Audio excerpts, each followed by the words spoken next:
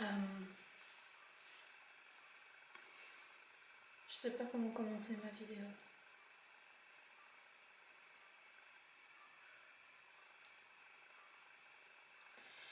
Je voulais parler des envies parce que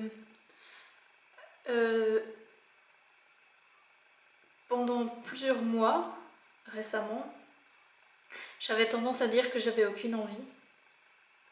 Et en fait, dernièrement, notamment sans doute en partie à travers la lecture de Les Surtout et les Autres, Penser l'écart, un livre dont je parlerai,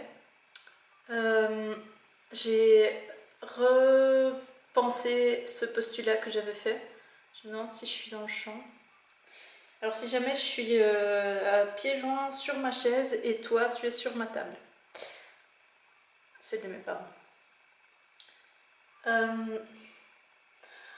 Je disais que je n'avais pas d'envie. Et en fait je me rends compte que j'avais juste pas d'envie durable. Il y a une très grande différence entre les deux. Et je dirais que pour l'instant, en général, dans ma vie, j'ai beaucoup, voire trop d'envie éphémère et peu, voire pas assez, d'envie durable. Dans le sens que l'écho est vraiment bizarre depuis ici. Dans le sens que, en fait, j'ai tout le temps envie de faire plein de choses. Et pour l'instant, je me laisse vivre. Comme tu as pu peut-être le comprendre via d'autres vidéos, j'ai tendance à laisser les choses venir et faire ce qui vient. Et du coup, je laisse beaucoup plus mes envies éphémères apparaître. Et ben typiquement, là, aujourd'hui, là, je viens vraiment d'avoir vraiment un exemple là-dessus où je me dis que j'ai envie de... En fait, je me dis j'ai envie de voir cette vidéo et puis en fait sans faire exprès je tombe sur une autre. Du coup ça me fait penser que j'ai envie de faire un truc sur le libre arbitre. Du coup, bon je comptais manger mais j'ai envie maintenant de faire la vidéo sur le libre arbitre. Du coup je la fais. Et puis après je mange, pendant que je mange je me rappelle, je sais plus c'est quoi, ah oui je me rappelle que j'ai pas cours et tout à coup je me dis je vais quand même aller vérifier, donc je m'interromps, puis après je me dis que je vais quand même finir de manger. Après le repas j'ai envie de manger un truc sucré et du coup je m'apprête à sortir un biscuit et puis je me dis oui mais là maintenant j'ai plus vraiment faim, puis c'est quand même con. Ah d'ailleurs j'ai une glace au congèle depuis des mois et du coup ce serait peut-être l'occasion. Oui mais du coup je vais attendre de revoir un petit peu faim, puis peut-être j'aurai envie tout à l'heure. Et puis d'ailleurs là maintenant je devrais profiter qu'il n'y a personne pour danser. Et puis du coup je commence à danser sur une musique parce que du coup j'ai envie d'écouter cette musique là. Et puis en l'écoutant je pense à mes dessins et puis bref. Et en fait je suis tout le temps, beaucoup, comme ça. Juste, j'ai plein d'envies. Je sais pas à quel point les autres sont comme ça aussi, parce que je suis pas dans vos têtes et que généralement on n'exprime pas toutes ces envies. Mais je suppose que vous aussi, en tout cas toi. Et mais ça fait, ouais.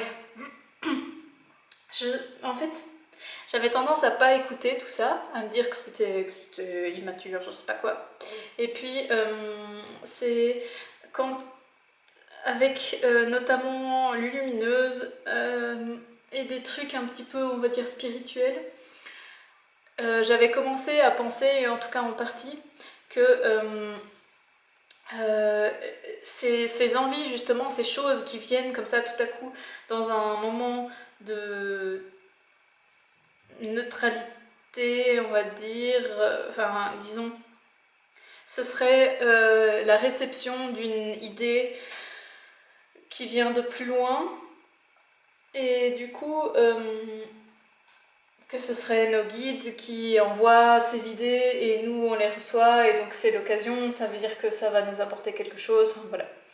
Et puis après, comme c'est dans le bien et le mal que je dis que au final tout nous apporte quelque chose, enfin tout est toujours positif d'une certaine façon, et puis de toute façon on ne peut pas juger, etc. Donc c'est vrai que j'ai commencé à me dire, en fait, que ce soit pour cette raison ou que ce soit juste parce que de toute façon je peux rien faire de mieux que ce que je suis en train de faire. C'est ma façon de l'exprimer en ce moment même. J'ai fini par un petit peu faire ça, et donc écouter mes envies et puis les faire. Mais le truc, c'est qu'elles sont tellement peu durables que dès qu'elles impliquent quelqu'un d'autre que moi, j'ai atrocement peur qu'elles se rétractent. Et du coup, autant seule je gère assez bien, autant dès qu'il s'agit de quelqu'un d'autre, ou dès qu'il s'agit d'un truc à plus long terme, avec un investissement financier ou énergétique grand, je me sens complètement déstabilisée. Du coup, raison pour laquelle j'ai plus de projets à long terme depuis un moment, ou alors des trucs comme ça, par exemple, le fait de faire mes vidéos, de base j'étais vraiment partie comme ça, alors là maintenant j'ai envie donc je veux le faire, et puis il se trouve que l'envie a perduré, et qu'il y a vraiment le projet qui s'est créé, mais à tout moment ça peut s'arrêter, et j'investis absolument rien dans ma chaîne, et je ne promets absolument pas que je vais continuer. Et alors...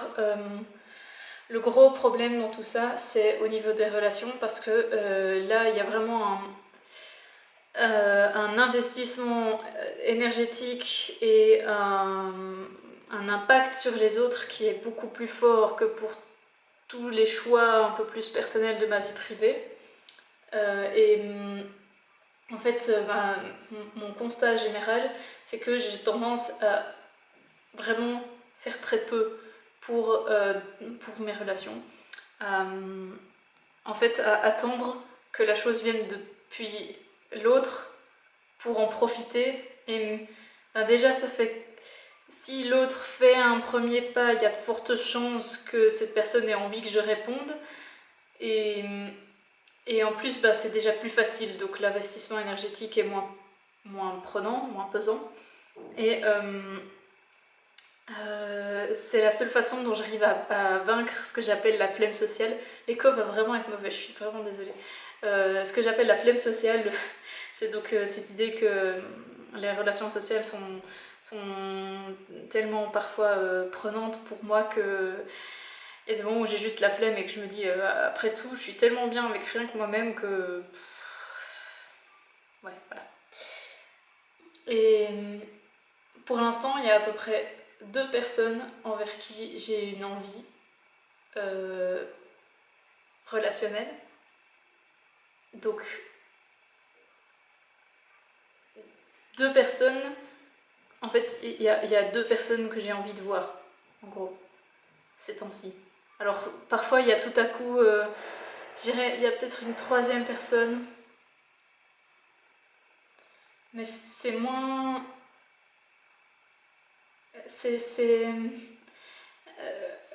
Ou c'est plus parce que je sais aussi que cette personne a du plaisir à me voir et que j'ai vraiment envie de lui offrir ce plaisir. Parce que cette personne me l'a dit plusieurs fois. Sinon, d'habitude, je vois pas les choses comme ça. J'ai pas l'impression que les gens ont du plaisir à me voir en temps normal, mais là, je peux juste que constater que c'est le cas. Et du coup, à part ça, les autres personnes, de temps en temps, tout à coup, je me dis, ah oui, pourquoi pas, mais de nouveau, il va falloir attendre qu'il y ait un truc qui me fasse penser ou quoi. Un truc de particulier à partager, ou alors que la personne fasse un pas vers moi. Mais donc voilà.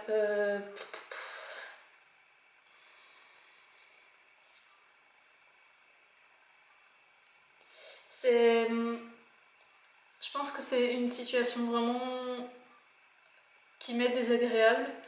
Parce que, oui, voilà, ça me met dans une sorte de passivité où, en gros, je laisse ma vie se construire. Et il y a cette impression de simplicité qui fait du bien, qui fait me dire parfois c'est tellement simple de vivre sa vie en laissant venir les choses et puis en faisant que ce qu'on a envie sur le moment et puis sans penser aux conséquences, etc., que c'est forcément comme ça qu'il faut la vivre. Parce que une partie de moi voudrait que la vie soit simple et se dit du coup quand c'est simple c'est que c'est bien, c'est que c'est bon, voilà. Mais en même temps je vois que bon, déjà il y a toujours ces moments de doute et ça je me suis souvent dit je pourrais lâcher prise totalement, mais j'ai tellement peur qu'il y ait tout à coup un moment de doute et qu'à ce moment-là, je regarde les mois qui viennent de s'écouler avec terreur que du coup, j'arrive pas encore à le faire. Mais, je suis quand même beaucoup mes envies. Alors parfois c'est très difficile, genre pour m'habiller. Ces temps-ci, je crois qu'il va falloir que que je change un peu ma garde-robe pour me trouver des trucs que j'ai envie de mettre plus, parce que pour l'instant il y a quelques trucs, puis et encore. Ça dépend vraiment des jours, hein. Il y a des jours où c'est très clair, puis il y a des jours où... Et, et alors oui, sortir de cette passivité, parce que à la fois je me dis, ben si c'est simple, c'est que tout va bien. À la fois, c'est quand même bizarre. Et puis du coup, ça oblige les autres à devoir fournir des efforts. Et même, j'ai tendance à me rendre disponible le plus possible. Parce que ça ne me demande pas tellement d'efforts. Et puis, en même temps, ben le fait de me montrer disponible est une façon de donner de la reconnaissance à la personne, de dire que je peux me consacrer à cette personne sans devoir faire un choix, sans devoir dire de quoi j'ai envie, sans promettre du coup quoi que ce soit, sachant que j'ai toujours l'impression que mon envie va disparaître du jour au lendemain de façon totalement imprévisible, et c'est déjà arrivé quelques fois pour quelques activités que je faisais. Du coup, je me retrouve dans cette espèce de passivité vraiment bizarre où je prends ce qui vient et j'agis, finalement j'ai l'impression d'agir assez peu de moi-même. Et par exemple pour ça je suis contente pour ces vidéos parce que... Ah, je me suis genrée au féminin.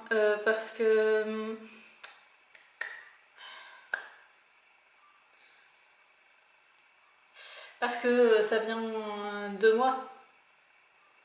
Pas dans le sens que c'est mon libre arbitre, parce que vous avez qu'à aller voir la vidéo là-dessus, mais dans le sens que